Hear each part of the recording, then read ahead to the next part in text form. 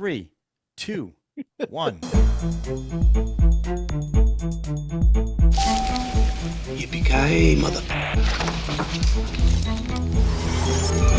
Welcome to the party, pal. Welcome to the return of Yippee-Ki-Yay Mother Podcast. What's going on, podcasters? Did you miss me? I missed you, Like Ralph. you wouldn't believe, Ralph. Were you gone? Or is it like a tree that falls in the woods and nobody even noticed? No. I mean, there were 2 people asking about you. Seriously. 2. Mom is 1. Who else? Mom was 1. Yeah, definitely. I was going to say Dad, but that's Jenna? not right. Oh, And Jenna. What did you say? Jenna can't watch the show. Dad? Did you just make a crack about Dad? I was actually apologize for almost making a crack about that. Wow. right. That's right. Wow. I was going to say Mom and Dad, and then okay. He's always in my mind. That's why. All right. So the triumphant return of Yippee-Ki-Yay Mother Podcast. I had my month off. Thank you, everybody, for that little sabbatical. I appreciate the patience. It did wonders for And you, too. Debbie Your is whole taking some demeanor time is so off. different, so relaxed. I see Sean still hasn't remembered to wait for someone to finish talking, but yes, Sean, explain. Debbie's taking. Well, my mind worked before John started talking. That's true, but He may have started talking first, but my mind let's just blame Zoom for had that. already problem. projected the thoughts down to here. Yes, I just think Debbie's open about to take her sabbatical for a little while, right? Yes. Okay. Well, tell her to take as long as she needs. We miss her. I'm sure the viewers miss her. So, tell her to take her time. Before we get rolling, we're going to do, Chris is bringing film. Oh, by the way, it's Courtroom Dramas is this theme that we're going to do for the next 5 episodes, because it's 5. So why did we watch this film? Very funny. And Chris was picked for the first one, and then we'll spin for next week. And then we'll do, of course, another round of what you watch. And I'm sure that's going to go on forever because it's been a month since that happened. So try to keep that as minimal as you guys can. But first, there's a couple of celebrity deaths that I think we want to talk about. John, you seem to be wearing a shirt. I am wearing my, I don't know if you can tell this, but I'm wearing a Margaritaville shirt. That is a very low tone tribute, margarita. Tribute. Yeah. Well, I've got one that's much more colorful, but doesn't say Margaritaville on it. Okay. But Jimmy Buffett passed. He was 76 years old. He had a really bad form of skin cancer. Oof. And I've Is seen there a Jimmy good form Buffett, of stem cancer? Well, yeah, some skin cancer. Yeah, I had one benign. of those. Yeah, That's not. my it's dad not had always that a all big the deal. time. This was some serious stuff, but he kind of, people say, well, he was always out in the sun, but he died the way he lived. No regrets. I've been to a lot of concerts. I even saw one at Fenway Park. Jimmy Buffett is the kind of person, like, when you're a little bit down, you listen to his music, you feel better. And also, whenever you hear his music, any time of the year, it just makes you think of summer. It's like the Beach Boys. Whenever I hear the Beach Boys, I just think of summer. Even their Christmas songs? Everything, no matter what.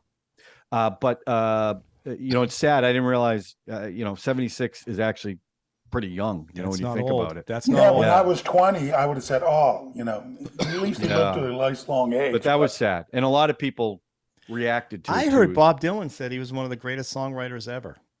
Bob Dylan complimented him. Bob Dylan said a lot of stuff. And You Paul can't McCartney. understand Paul that. McCartney. I love Paul Jimmy McCartney Buffett, just but I died, wouldn't too. call him the greatest. I don't know. Did he write other songs for other people that were not his, maybe?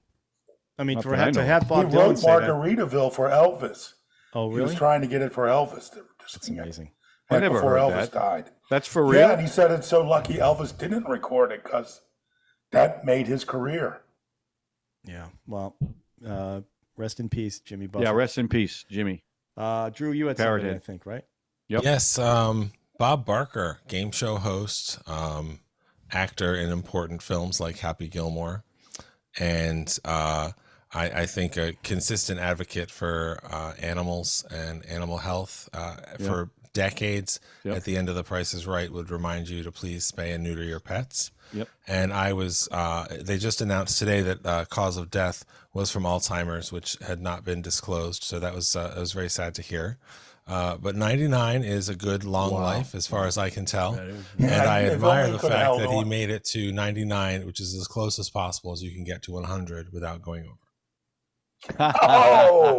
I thought you Very were gonna make a good, Drew. 99 love Very for good. us. Well done. Well done. Man, you threw a He's just one of white those joke public in a- figures in an I always obituary. felt warmly towards, and so that made me sad. Well, he He won was an my MTV. babysitter. He won an MTV Movie Award for his fight with Adam Sandler and Happy Gilmore. They won the That's best fight scene. It's a great scene in a Yeah. funny movie. So And they wanted a stuntman for that, and Parker's like, I can do this stuff other than the rolling down the hill, but Right. the punching and stuff, he did it. It's funny. He was great in that. Hilarious. That was the only people that died during my month off. That was it. Yep. I It's mean, hard to keep track celebrities. I know a sometimes. lot of people died, but celebrity. I mean, all right. So Chris is take it away, Chris. So again, a reminder: this is we're going to do courtroom dramas. I have to admit, I'm stealing this a little bit from Bill Simmons' show called The Rewatchables, because he did a few of these courtroom dramas. I just didn't think he has a very thematic show, and it's less kind of just talking. And he hit on a couple I think we might be bringing, but I don't think he hit it as well as we're going to do. Nothing against him. I love his show. Oh, we're gonna hit it. I just think this is going to be interesting. And when Check out his show and subscribe to it. His show. Yeah. He doesn't need that many. He's good. We could take some of his. That'd be nice. Do we all know the ones you're going to bring? So when I spin your name, you already know? I do. I know mine. Drew, do you know? I've narrowed it down to a few. I can pick one. Okay. If your name pops up, you might have to. So, all right. So Chris, take it away. What'd you bring? Sure. So I brought Rob Reiner's 1996 film Ghosts of Mississippi, which is based on a true story of the murder, assassination, whatever you want to call it, of civil rights leader Medgar Evers in Jackson, Mississippi, and then the subsequent trial many years later, 25, 30 years later, of the man who pulled the trigger. He had been tried twice before. His name was Byron D. LeBeckwith, and he was tried twice before. Both were hung juries. So since it was a hung jury, since there was at least some number of people, maybe one, maybe 8, we don't know, on those juries that said, no, this guy did it. All white old men juries. Yeah, all white, all men, male juries back in the 60s. I don't think you need to say all men, because women can be just as racist. Well, these that's particular, true, those juries. but these particular they were juries all were men all juries. men. I That's know, my but point. I just wanted to. No, I'm sure there were a lot of white racist women there too. But Sure. Even the in the jurors, movie. okay. His wife was a racist. So, so in the movie, so in the film, basically it's about the story of the third time that this guy is brought to trial for this murder. And basically it's the story of a district attorney named Bobby DeLauder, played by Alec Baldwin, and Medgar Evers' widow, Merle Evers, played by Whoopi Goldberg. And basically, mostly it's about DeLauder, the investigation, and then the trial. But she plays a huge part of it as from a, kind of this stalwart woman who never gave up after 30 years of, trying to get this taken care of, trying to get this re-prosecuted as it was. And, it's funny. I was just looking over some of these things, and I remember seeing this movie when it came out in the theater and really enjoying it. I think it was very good. I mean, it's one of those movies where, maybe you don't say you enjoy it. Like, it's not like, hey, I feel great about life. But at the same time, it's a movie that I thought was really good at the time.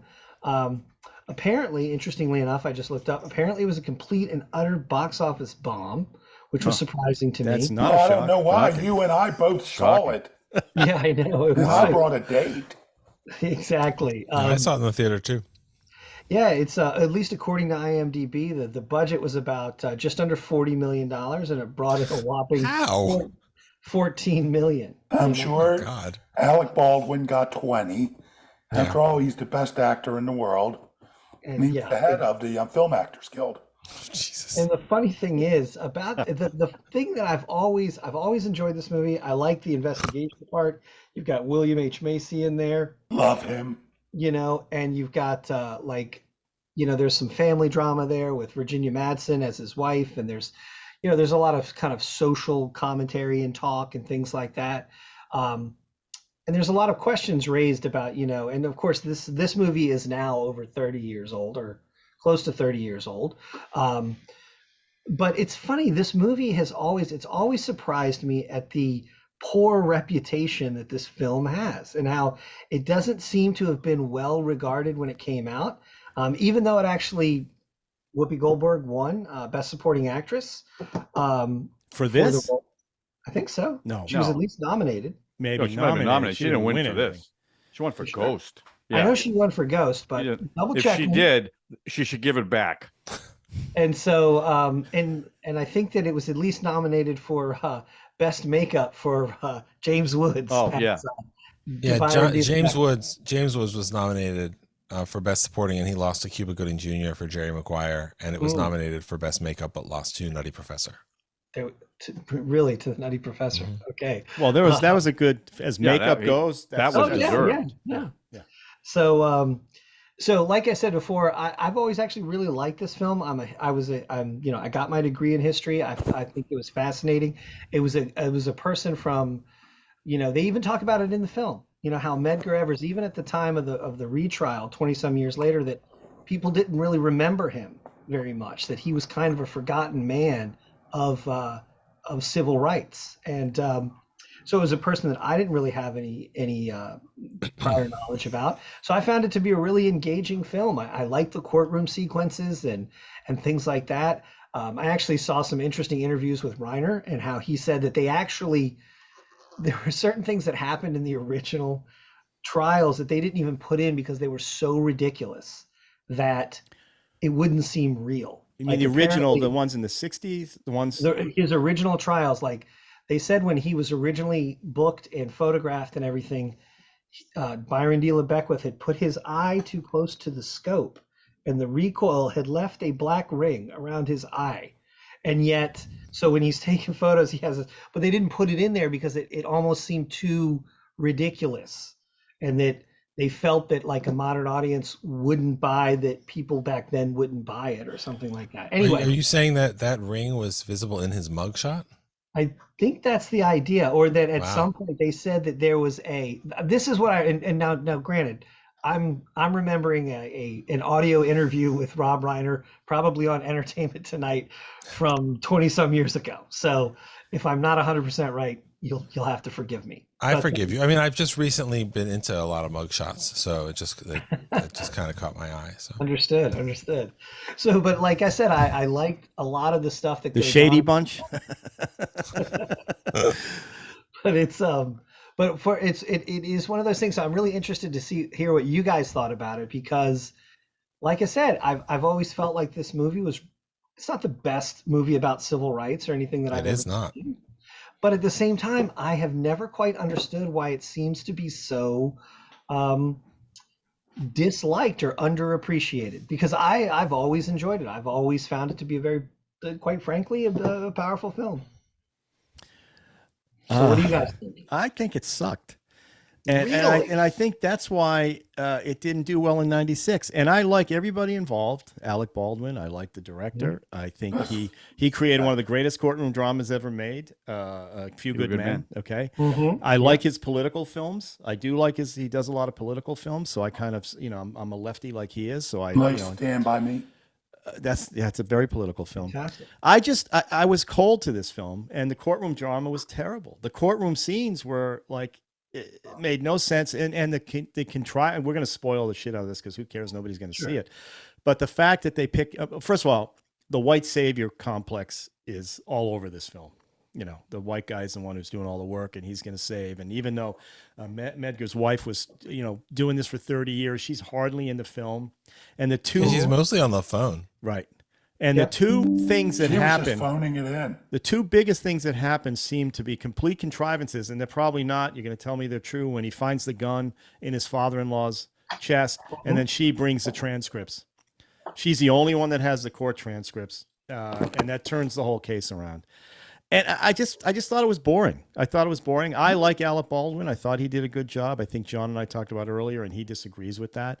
But it was just so like. Well, he didn't kill. It was like a TV show. It was a TV show. It had no drama to me at all. Interesting, because I mean, okay, well, everyone else, please. I think Rob Reiner is one of those directors that had right out of the gate a streak of excellent films. Yeah. And then in his later career, it's definitely not as good. And to me, Rob Reiner's last great film came out in 1995. And unfortunately, this movie came out in 1996 and is not a good movie, is not something that pays off the potential of all the good things that I think are in it and part of it. The stories should be pretty compelling. The cast is great. James Woods is great. A number of the performances are good. It was shot by John Seale, who shot both Fury Road, my favorite movie, and Dreamcatcher, one of my favorite bad movies, and it doesn't look like anything special. It was written by Louis Colicky, who wrote October Sky, which is a period film that I thought really brought a true story to life. So like all the pieces are there, it just doesn't work. And I remember seeing it in the theater and thinking it was really boring, and it didn't get under my skin in a good way, the way Mississippi Burning did. Yeah. And it took me 2 days to watch it this time because it just doesn't hold my attention. Interesting. And it was I said, am I going to have to indict Chris for subjecting us to this film? But you will get a fair trial, I guess, right now. Sure. This is a jury of all white men too. Well, John is definitely nice not quite. tan. After Jimmy Buffett, you're still going to go out and do that? Okay. Sean. Okay, well, I will say I saw this in the theaters, and to me, the best moment of the film was at the very beginning when the Castle Rock logo comes up. It does bring good feelings. I immediately thought, it used to be when you saw that logo that you knew you were going to see a great movie. Like Drew said, Rob Reiner did like one great movie after another back to back, and I really enjoyed them. Yeah, except North. Yeah, except North, and I think I knew someone who was on the set of his next film, and he talked about when North came out. You better see it quick. And apparently, he said, they knew on North like the second day of shooting it was going to be terrible. Which must be a horrible feeling to keep knowing you have to continue to shoot for the next 8 weeks and it's not going to work. But it was really a great sense of nostalgia when I saw that logo. And I think about Rob Reiner because it seemed like he could do no wrong for a while. And it's like, and then, I don't think this is his worst film. I think Alex and Emma. I mean, that one Bucket List, or lots of other. There was a lot of bad movies. But I was also thinking about Ron Howard, who I thought was unbelievable. And I think Ron Howard still makes good films, but they don't have the same personal touch that, Well, let's talk about this used film. to have. Let's talk about this film. Okay. Well, I was trying to start with the good stuff. Okay. So we don't want to do that. I will say I think I liked the movie better when I saw it the first time. This time, to me, it really was hindered by... one thing I thought was when I was looking at the credits is like, oh my, all the documentary footage is like, oh my God, a white director couldn't direct this movie today. You could not do this movie. And you couldn't do it from Alec Baldwin's character's point of view. But it just was like, it was like a TV movie with a really good cast, and I'm making jokes about Alec Baldwin. But, he was very good and the adjective I described this film is earnest. This is a really earnest film. And I like Bill Macy had a very good supporting part. Mm-hmm. I thought he was really good. But to me, the screen only really came to life when James Woods was in this movie. When the scenes he was in, I mean, he seemed to be relishing it. He really played it. And you really believed he was a guy, and I even loved the way they had him dressed, like at the final day of the trial. He's like wearing that horrible red suit, and I'm like, oh God, I know if you have a red car, you get a ticket. If you wear that red suit on the day the jury goes out, you're going to get convicted. I thought he was terrific. And I looked it up while we were talking, and Whoopi was not nominated. And, he was. And that's right. To lose to Cuba Gooding, this was definitely, a really masterful performance and all. But it just, I liked that the last 41 minutes, it wasn't just a tacked on legal scene at the end. It really was a lot of time. And it was so great, like the corrupt cop who gives him an alibi, who gives Beckworth an alibi. And he's like, and you were a friend of his. I go, yeah. He's like, yes, I was. Just like, I hope we're friends, he says to Alec Baldwin. Yeah, that was one of the few scenes that really, like crackled a little bit. Yeah, and it's sort of like Alec Baldwin is a lawyer's not supposed to ask a question unless he knows the answer. And it was like totally took him by surprise. It was like, it's like this guy just seemed like he was he was obviously an evil guy because he was lying. He's a bad cop. He's lying. He's, perjuring himself. But he has this like innate sense of friendliness and good old boyism that really brought the character, the actor really brought that character to life. Just like, so in other words, it's the bad guys that are all good in the film. Well, that's the point, right? I mean, the point was to make them as evil as possible. So you're always going to root for everybody. Obviously, you're rooting for Alec Baldwin and Whoopi Goldberg and all that. But to make them so virile, so venal, so evil, it's a no-brainer. And that scene they have in the bathroom, I'm sure that's contrived, where he meets him in the bathroom and sticks a cigar in his pocket, right? I mean, that's just you going, okay, this is just to make it. And I'll say this, James Woods split screen now, he looks pretty much the same and sounds the same as he did in this film right now. It's pretty amazing how that looks now. So, but I mean, he's but a pretty overall, good I mean, poker player too. I hope he wants to be in a poker movie, but forget that. Right. But you're saying that you like the bad guys, but overall you didn't like the film. Yeah, it didn't. I don't think it wore well. I know I liked it more when I first saw it. Yeah, the N-word was all over this film too.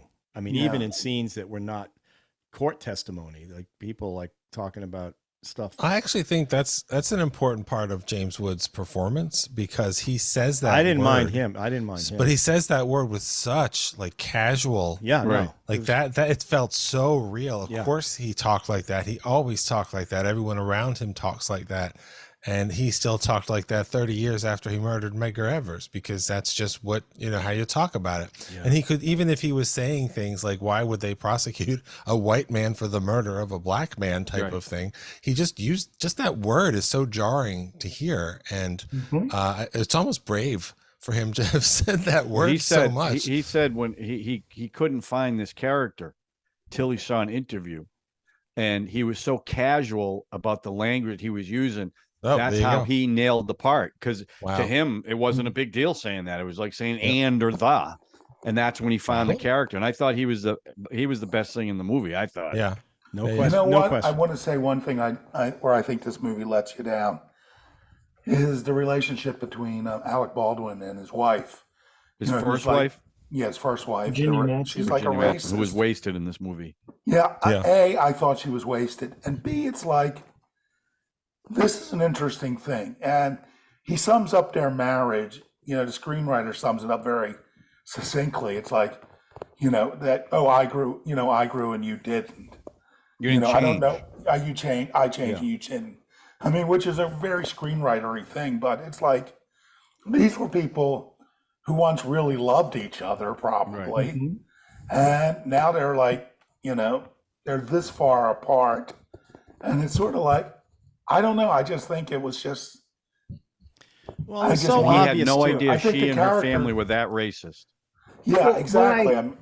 No, I mean, I think he understood that they were racist, and I actually really like the scene where, that she's leaving, and he's like, "When did we stop?" Or she says, "When did we stop loving each other?" And he has this, and it's not a hysterical scene. They're not crying, neither. It is a resignation. It is a realization that they both understand, and now people have finally just opened their mouths to it. Right.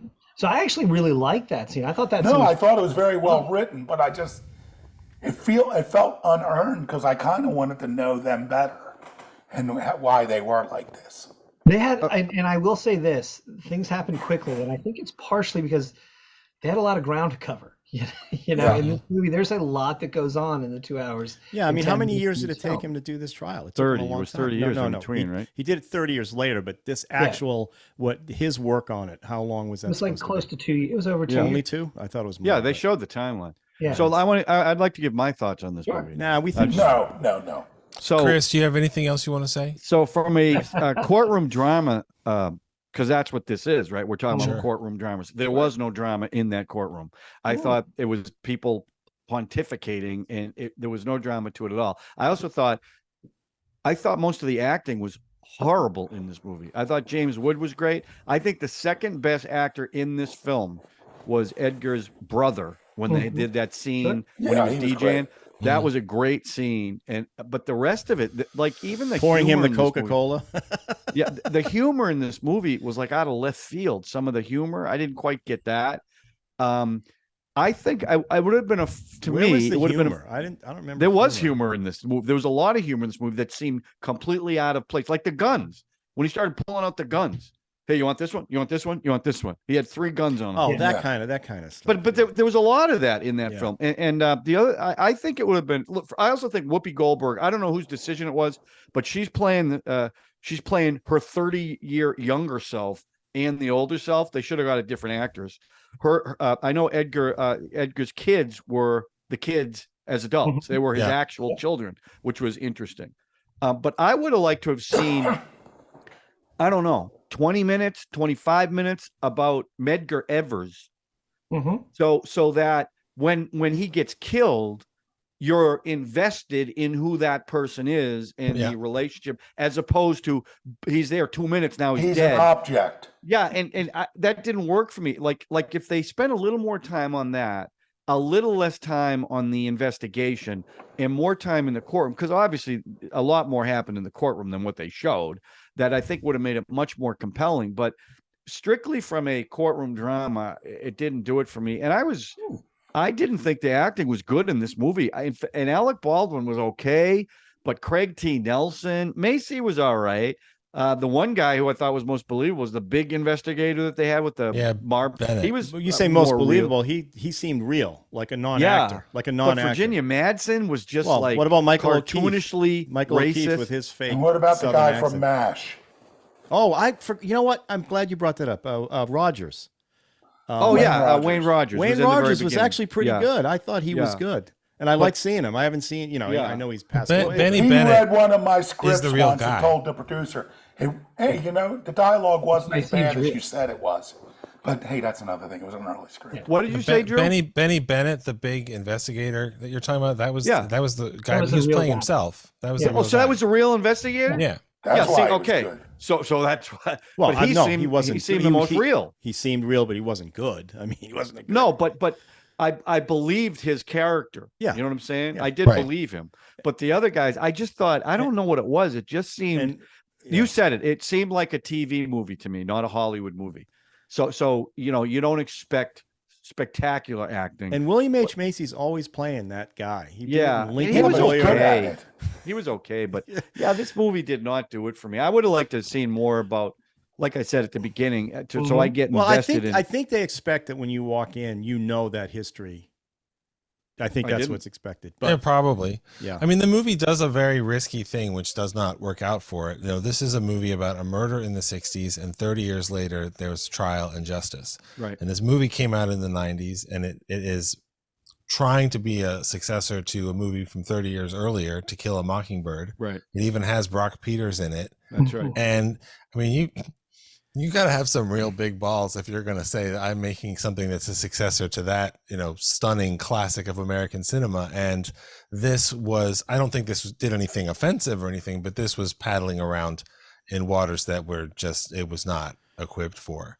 And I don't see how you could improve this movie to make it better without like really changing the story and making people, like John said, care about Medgar Evers. I mean, in some ways, the emotional peak of the movie is watching a woman and her small children weeping over their bloody father. But that's in the first 5 minutes. You don't know who he is, the point, though. unless you know who Medgar Evers is, which I think people should know who Medgar Evers is anyway, but is an important part of American history and civil rights history.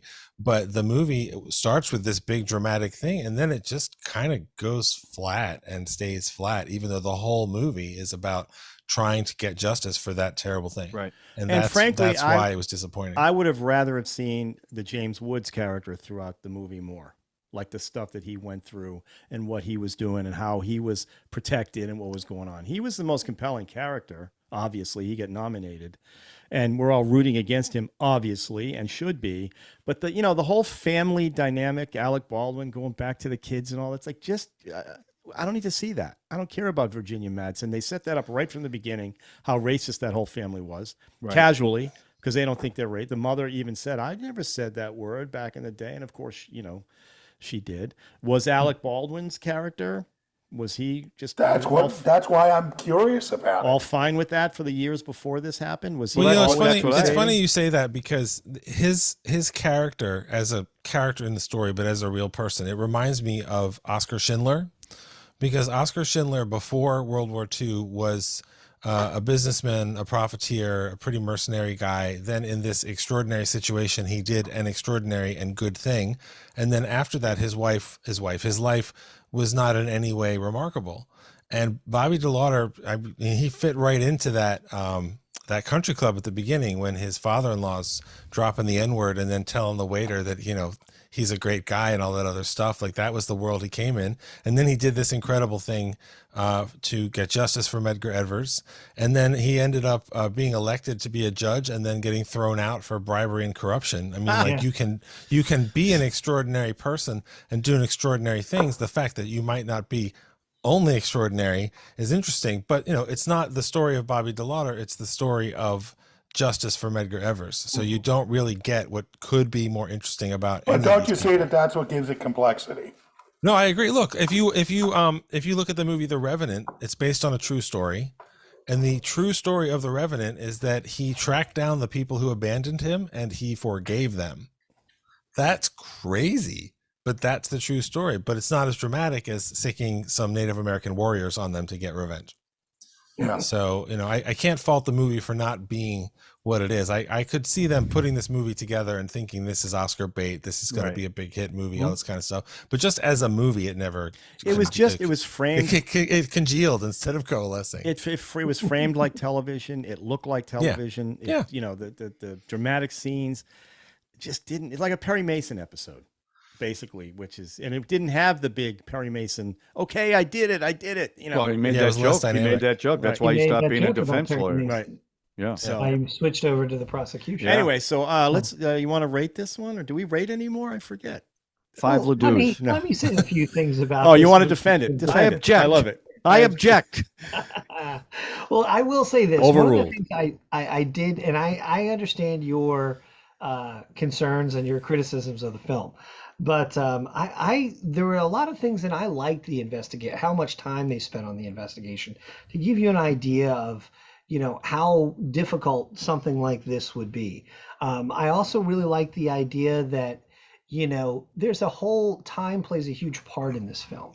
And there's a great scene where they're talking to the former Klan informant who later testifies, right? The bald guy. Yep. And, they're talking to him and they say to him, and he's like, basically my entire life, he says at the beginning, hey, the FBI wasn't going to waste me on a trial they knew they could never win. Right. And that's why he was the informant that helped, basically he was the informant that helped get those guys convicted in the movie Mississippi Burning. It's essentially what he is. And did you say the superior movie Mississippi Burning? I would say Mississippi Burning is better. I'm not saying it's not, but it's hardly a courtroom drama. Right. So they're talking to that guy, and he's like, my whole life I've been hounded, and they've shot out my window. They've done all these terrible things, and he's like, doesn't that get me even for the things that I've done? And he says to him, we never get even for the wrong that we've done. And I always like that theory. I always like that idea. And that's why I think time plays a thing. And then it circles back in the very end. And I actually like the courtroom. I didn't think it was the most intense courtroom scenes ever filmed or anything like that. But I did really like his final bit where he talks and he says, you know what? There is no statute of limitations on murder. And that's what I really liked about how it brought all these ideas of time, which is a huge part of an element in the film, and how some things never go away. Do you know what I mean? And I thought that was something that I remember seeing it in the theater, and it's striking me then, and even when I rewatched it, and I'll say, rewatching it is a movie from a different time. Do you know what I mean? Yeah. And even though the time was not that long ago, because I was an adult when I saw this film, a young adult, but an adult, but you do feel that kind of difference, but I'm still going to say this. I still think that is it a great film? Is it Rob Reiner's best? Definitely not. It's not as good as Mississippi Burning. But I still think this is a really quality film. And I remember reading that article on CNN.com about Bobby DeLauder getting, basically being thrown out and being convicted of crimes of, basically, also, it's not like he shot anybody, but, basically being convicted and really, quite honestly, feeling rather sad about that. You know what I mean? Because here was a guy who did this great thing. And then it turns out, you know what? He did some bad things too. And, you never get right. Now, that's a movie I'd like to see. Does the defense rest? I think, Ralph, the rating for this should be guilty or not guilty. Okay. There you go. I like that. So guilty is bad or guilty is good? Guilty is bad. Okay. I say guilty. Guilty. I'm going to have to say it's not guilty. Okay. Drew? Oh, definitely guilty. We sound like the Krypton scene. That's exactly what I was Thank you thinking. for noticing. Thank you for They noticing. send them into the Even though I hate superhero movies. I was getting a Thank you Star for Trek noticing. 6 vibe when they're on trial with the Klingons. yeah. All right. Good Does that one, mean this Chris. is a hung jury, though? No. Well, No. this is Because not. we don't need to be Wrong. anonymous. I This mean, is not unanimous. All right, Sean. Easy, Sean. Oh, God. Easy. All right. Let's spin for next week's person. All right. So there's the four of us. Yep. That's a good-looking crew right there. That is a handsome crew.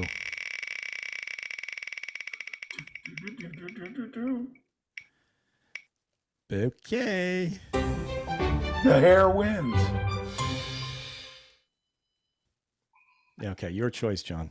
All right, Can I John. tell you? Okay. It better be good. Well, I'll tell you, my original choice was good, but I'm going to go a little different route because for courtroom drama, I want to pick a movie that has a really good courtroom scene, unlike the movie we just watched. I'm going to go, and it's a classic, 1954, The Cane Mutiny with Humphrey Bogart. That is a classic. Yeah, great. And that was just redone by William Friedkin right before he died. Yeah. Yeah, It's with supposed to be very Eric good. I haven't seen it. Bogosian Yep. was in that. In the new Brad, one? In the new one? No, it's not the new one. I want the 1954 54? version. Yeah, Okay. because Bogart is Is it brilliant color or in it. black and white? It's color, Ralph. So Okay, good. yeah, It's you can color. watch it.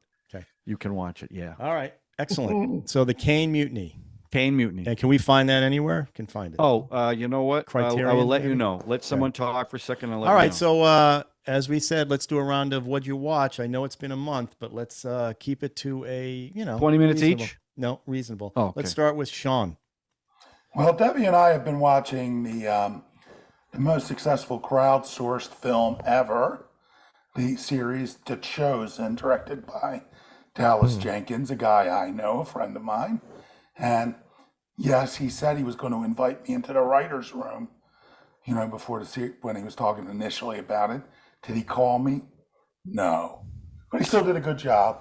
I've also been watching, because I'm trying to get a poker project off the ground, my favorite poker movie, Cincinnati Kid, starring Steve McQueen and Eddie G. Robinson. And it's just Carl Malden. It's such a terrific film. And everybody in it went off to do better. I mean, Norman Jewison, great director. The editor was Hal Ashby, who became a pivotal director. The associate producer was John Cawley, who later became a studio head. I mean, I'm looking through these opening credits and it's like, damn, this was a good movie for everybody involved, Tuesday Weld and Anne Margaret in it too, So I really enjoyed that film. Every chance I get to see it. Excellent. Chris. I haven't watched a whole lot of stuff in a month.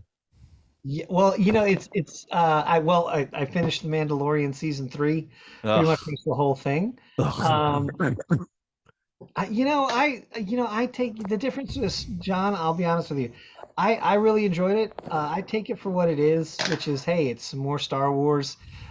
Some of that stuff's not good at all, but so I guess maybe you're grading on a curve these days to a certain extent. But um, but one thing, once again, I've found on Peacock an old 1980s Japanese TV show called Bubblegum Crisis, and it is without a doubt awesome. It's an animated show. It's cyberpunk, and it's heavily influenced by Blade Runner, and it's just really kind of that traditional bonkers Japanese anime that I really like from the 80s. It's great. It's Bubblegum Crisis. If you like that kind of stuff, I'm sure you'll enjoy it. Yeah, sounds awesome, I guess. Drew. Well, you guys have talked a lot about train movies and things like that. Yeah. And we've been on a Rob Lowe kick at my house, and he talked about on one of his podcast episodes the biggest stunt he'd ever done, which was jumping from one train car to another train car about 6 feet. And it was in a TV 2-night movie event called Atomic Train, which is on YouTube. And we watched it. And the first night is actually really good and kind of shocking where they go with it. And then the second half is really boring. But it was fun to see young 1999 Rob Lowe and Isai Morales and a couple of other familiar faces doing what I would call an earnest TV movie, network TV movie, which we don't really see anymore. And I also saw The Pope's Exorcist, which is good, trashy fun. I mean, really trashy, but Russell really Crowe? fun. Mm-hmm. Russell Crowe.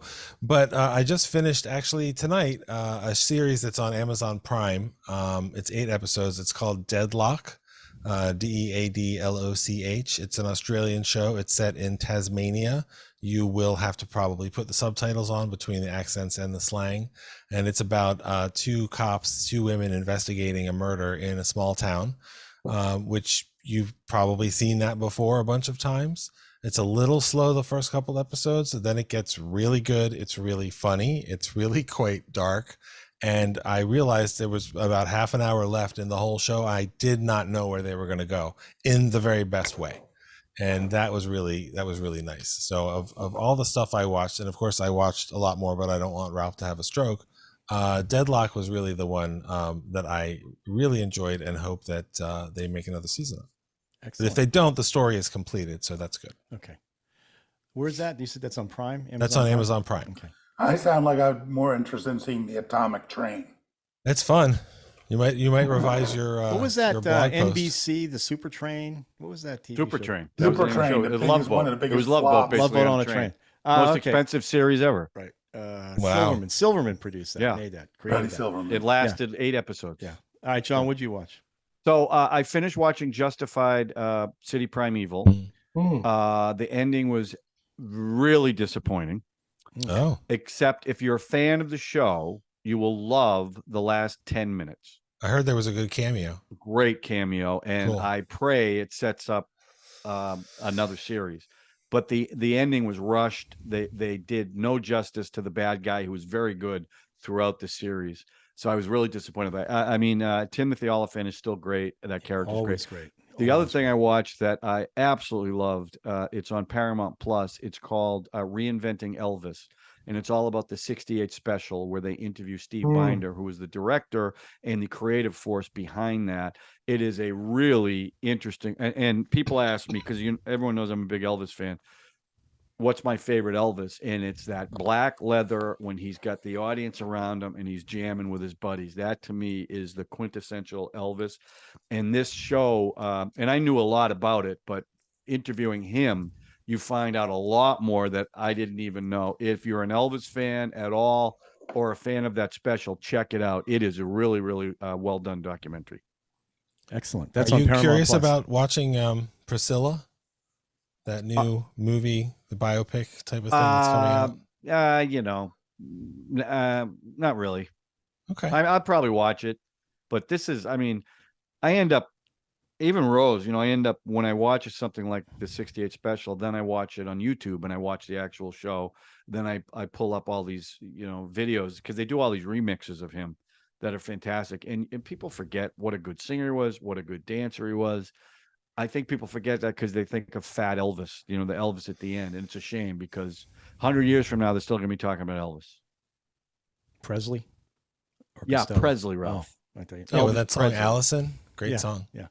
I'm going to talk about two things. One, super quick. I saw The Flash, believe it or not. I watched a superhero film. Oh, my. And I didn't hate it. I liked it. I thought it was good. I was the same way. I didn't think it was awful as they made it. Ezra sound. Miller was very good, and I know he's got Yeah. all kinds of issues. Well, But I like the interplay he had with himself in the movie, and Yeah. I really liked it. And there's a cameo at the end of that one too, and just fun. But the thing I have been obsessed with for the last few weeks is the movie The Bonfire of the Vanities, which I never saw when it came out. Really? But I started reading The Devil's Candy, which is a book about the making of that film. So I since That's have a great seen book. the film, directed by Brian De Palma. But I don't know if you guys are familiar with the film, but there's a scene in that film of a jet landing in New York City at sunset in New York City. And the amazing thing about, first of all, the film is terrible.